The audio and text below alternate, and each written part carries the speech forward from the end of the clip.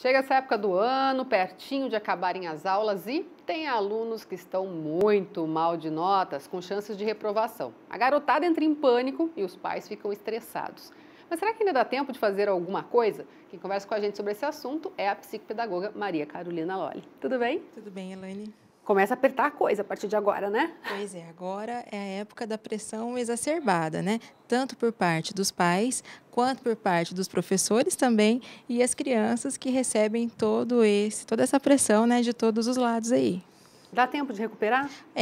Dependendo dos casos, né, é claro que a gente consegue reverter ou ainda melhorar a situação para que no final das contas, ali na questão do exame, nas avaliações finais, né, essas notas então sejam recuperadas, né. O que a gente precisa saber, Elaine, é se essa dificuldade de conseguir essa nota não está relacionada a um problema ou um distúrbio mais sério, né, porque senão a criança passa de ano, o adolescente passa de ano e o ano que vem a coisa acontece de novo, né. Essa questão das notas baixas aí no final do ano é uma bola de neve. Se a gente deixa passar, só vai piorando a situação e se a gente não descobre no momento hábil isso, né, esses distúrbios ou dificuldades mais sérias um pouco da aprendizagem, a gente só tem consequências cada vez mais sérias. É isso que eu ia te perguntar, quer dizer, às vezes faz um trabalho efetivo ali para aquelas disciplinas em que a criança não está bem, ela passa, mas depois vai ter sempre dificuldade. Às vezes o problema não está na disciplina em questão, né? Não está naquele conteúdo que ela não aprendeu. Às vezes o problema está em conteúdos de séries anteriores que não foram aprendidos e que a criança tirou nota e conseguiu passar de ano e aquilo foi aumentando a dificuldade daquele conteúdo, consequentemente chegou em outra série, o conteúdo ficou um pouco mais difícil, né? E a dificuldade só aumentou, mostrando então nessas notas essa dificuldade. Ou seja, se a criança começar muito a passar ali, raspando na reprovação, é melhor que se pense nisso. Sim, a gente sempre comenta com os pais que quando uma criança tem uma dificuldade grande na escola, seja na matemática, seja na linguagem, na questão do português, né, ou na questão da interpretação, a gente precisa avaliar por que essas dificuldades acontecem e persistem. Muitas vezes os pais eles têm essa dificuldade de entender que uma dificuldade de aprendizagem não é uma doença, né? Apesar de ser algo que precisa ser, a gente precisa fazer uma intervenção correta, né, para a gente melhorar isso, não é uma doença. E muitos pais acreditam, assim, tem um pensamento errado, né, que isso, por conta de ter um tratamento multidisciplinar na maioria dos casos, corresponde a uma doença, a um caso muito sério. Fica Então, até com acaba que vergonha. isso, e a questão da negação, né? Às vezes o pai ele não quer levar a criança para fazer uma avaliação, levar a criança para fazer uma intervenção específica por conta de associar esse problema com uma doença e acaba rotulando a criança, né? Então, isso é errado. Tem que deixar um pouco mais leve esse processo, Com né? certeza. E quanto antes a gente descobre uma dificuldade, mais chance a gente tem de superar essa dificuldade, né? Para que a criança consiga aprender normalmente como as outras crianças, para que a gente forneça, então, oportunidades iguais para todo mundo aprender da mesma forma. Agora, por exemplo, se a criança, de repente, sempre foi bem na escola e começou a ter uma decaída aí a partir de um tempo, é uma outra situação que os pais precisam ficar atentos, né? Sim, por isso que é sempre importante a gente estar em contato com a equipe pedagógica da escola, porque às vezes aconteceu um problema na escola com os amigos, às vezes mudou a rotina da escola, às vezes a gente muda a rotina de casa e a criança acaba sofrendo por conta disso, né? Então tudo isso precisa ser avaliado. Por isso que não só no final do ano, né, desde o começo do ano, desde a escolha da escola, é importante que os pais, que a família esteja sempre em contato com a professora para saber aquilo que está acontecendo, como que está a rotina dessa criança, se ela mudou de comportamento, se tem alguma coisa, alguma situação que precisa ser relatada, né? E os pais também prestarem atenção em casa, se às vezes as tarefas são feitas ou não, se a criança ela dedica um tempo de estudo, a questão do sono também é importante, principalmente se a criança estuda no período da manhã, a questão da alimentação também, então a gente precisa averiguar uma série de fatores que estão relacionados aí a essa defasagem que pode vir a acontecer, né? Às vezes os pais acabam deixando a criança, ou adolescente principalmente, que gosta muito de videogame, ficar jogando até tarde, né? Isso ppode prejudicar bastante, né? E sabe o que acontece? Às vezes as crianças desses adolescentes, eles fecham a porta do quarto, às vezes o pai já foi dormir, a mãe já foi dormir, né? E aí sim eles acordam para ficar jogando. Então, às vezes a mãe nem viu que ele está, né, jogando ali até tarde, e isso pode acabar prejudicando e muito ainda a questão do desempenho escolar, porque gasta, entre aspas, né, uma grande quantidade de neurotransmissores durante a noite. Esses neurotransmissores, no período da noite, eles deveriam ser repostos, né?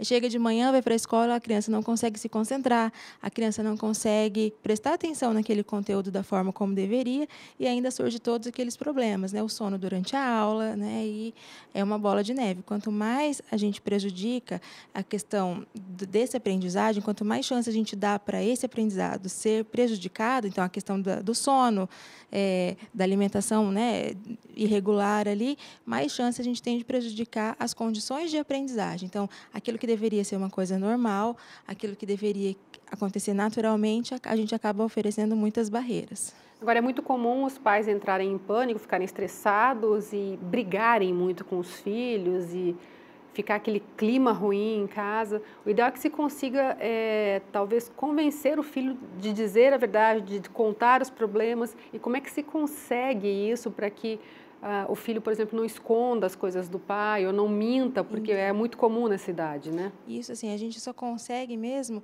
com o treino, né, desde pequena. Se você não oferece o espaço para a criança, para esse adolescente conversar desde pequeno, é claro que ele não vai se sentir aberto, né, para ter esse tipo de conversa com os pais, né?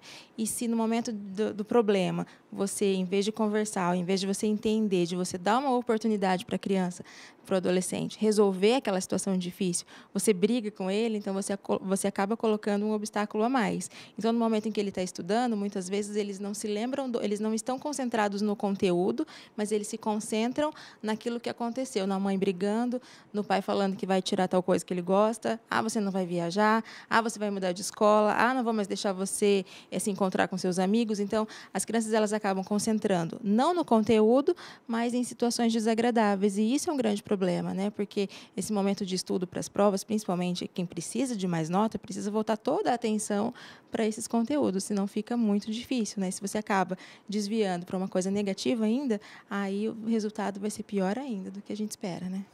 Comprovado que está tudo bem, pelo menos emocionalmente, uma escola de reforço pode ajudar. Sim, o reforço escolar pode ajudar. Às vezes a gente pode pedir até no contraturno da escola, ou às vezes ainda você pode pedir para os professores tarefas extras, né? Na internet também tem uma série de atividades extras que a gente pode utilizar para conseguir ali complementar, né, a questão dos conteúdos escolares. Então, assim, chance de acabar resolvendo, né, esses problemas relacionados às notas baixas, a gente tem um monte, né? Só que se a gente percebe que está tudo normal, que não tem nenhum problema físico, não tem nenhum problema emocional envolvido, não tem nenhum problema cognitivo mais sério, então é só estudar, né? A questão, ajustar o horário, a rotina, porque isso é muito importante.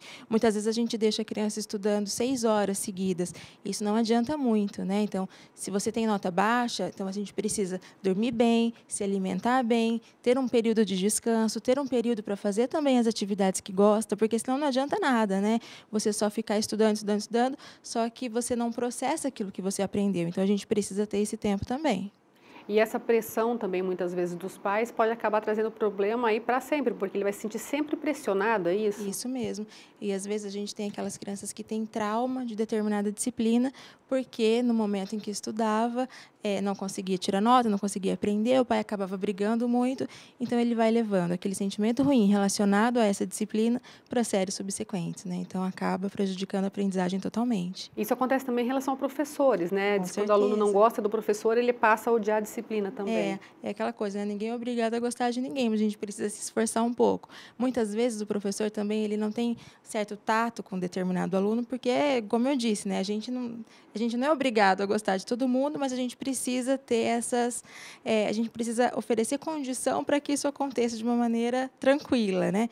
E, às vezes, o professor acaba chamando muita atenção de um aluno, comparando, né? Então, o fato dos professores tomarem um pouco de cuidado também nessas questões é bastante importante na questão da aprendizagem. E quando a gente não vai muito com a cara do professor, principalmente os adolescentes ali, essa questão ainda ela se torna mais prejudicial ainda. Só que quando acontece isso, a gente não pode mudar de escola só porque eu não gosto de determinado professor, né? Então, a gente precisa oferecer outras ferramentas ferramentas para que essa aprendizagem aconteça de uma maneira mais agradável. Eu lembro que existia muito aquela coisa, o professor só gosta do aluno que vai bem, o aluno que vai mal acaba sendo deixado de lado, mas na verdade é o que vai mal que precisa da atenção, né? Isso, e às vezes não é que o aluno que vai mal ele é deixado de lado, às vezes o professor ele acaba cobrando mais daquele aluno que vai mal e passa a ser mal interpretado por esse próprio aluno, né? Então às vezes o professor acha que ele está marcando, entre aspas, quando na verdade o professor ele está querendo que esse aluno se dê mais, né?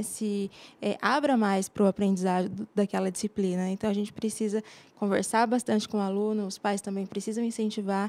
E outra coisa, não adianta nada a criança chegar em casa e falar mal do professor, falar que não gosta, não sei o quê, e os pais incentivarem, colocarem mais lenha na fogueira, né? A gente precisa conversar no sentido contrário. Mas talvez não seja, né? O teu professor não está te marcando, talvez o teu professor queira que você preste mais atenção, isso é bom para você, porque ele gosta de você, né?